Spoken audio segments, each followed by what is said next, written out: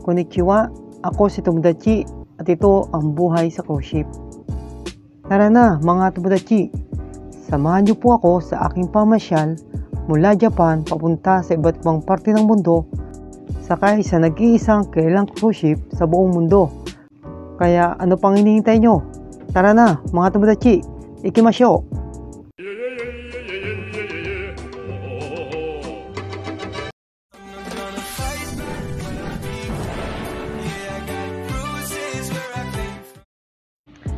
Konnichiwa mga Tomodachi.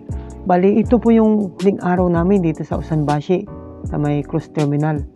Bali dalawang gabi po kami dito sa katatlong araw. Bali ito po yung unang pagkakataon namin ngayon na lalabas po kami ng Japan mga Tomodachi. Simula po nag-pandemic. Bali tatlong araw po kami dito sa Yokohama Cruise Terminal dito po sa may Usanbashi para sa preparasyon po namin para sa pag-alis po namin sa Japan. Bali, maglalakbay po kami ng 3 buwan mga Tomodachi. Mula sa araw na pag-alis po namin dito sa Yokohama, Japan, papunta sa iba't ibang parte po ng mundo. Iikutin po natin ng 3 buwan mga Tomodachi ang buong mundo. Mula Asia, Europa, Amerika, pabalik po ng Japan mga Tomodachi. Magkahalong saya po at lungkot din naman po nararamdaman mga Tomodachi. Siyempre, masaya po dahil makakapag-around the world na naman po tayo.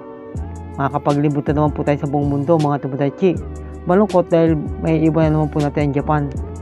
Dahil ang Japan po ay napamahal na at napalapit na rin po sa puso ni Tomodachi. Lalong-lalo na po yung mga pagkain ng Japan, mga Japanese food. Kaya yun ang unang-unang mamimiss ko po, pagkain po ng ramen, mga Tomodachi.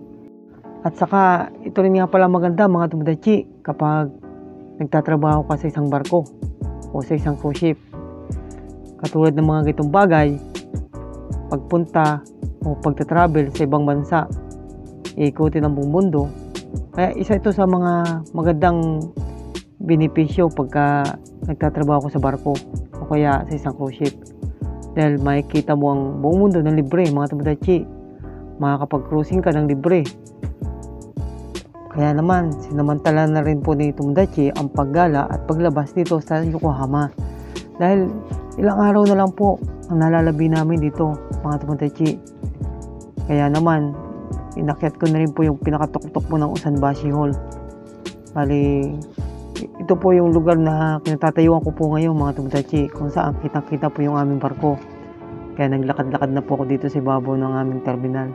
Isa po ito sa mga kilalang cruise terminal dito sa may Yokohama, mga Tomodachi, ang Usanbashi. At kapag narito ka sa ibabaw ng Usanbashi, mga Tomodachi, kitang-kita mo ang view dito sa ibabaw.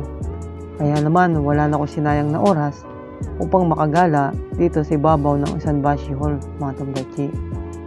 Ito na po yung pinakahuling gabi namin dito sa Yokohama, mga Tomodachi. Abangan nyo po, mga Tomodachi, ang aking mga susunod na vlog. Ipapasyal ko kayo sa iba't ibang parte ng mundo.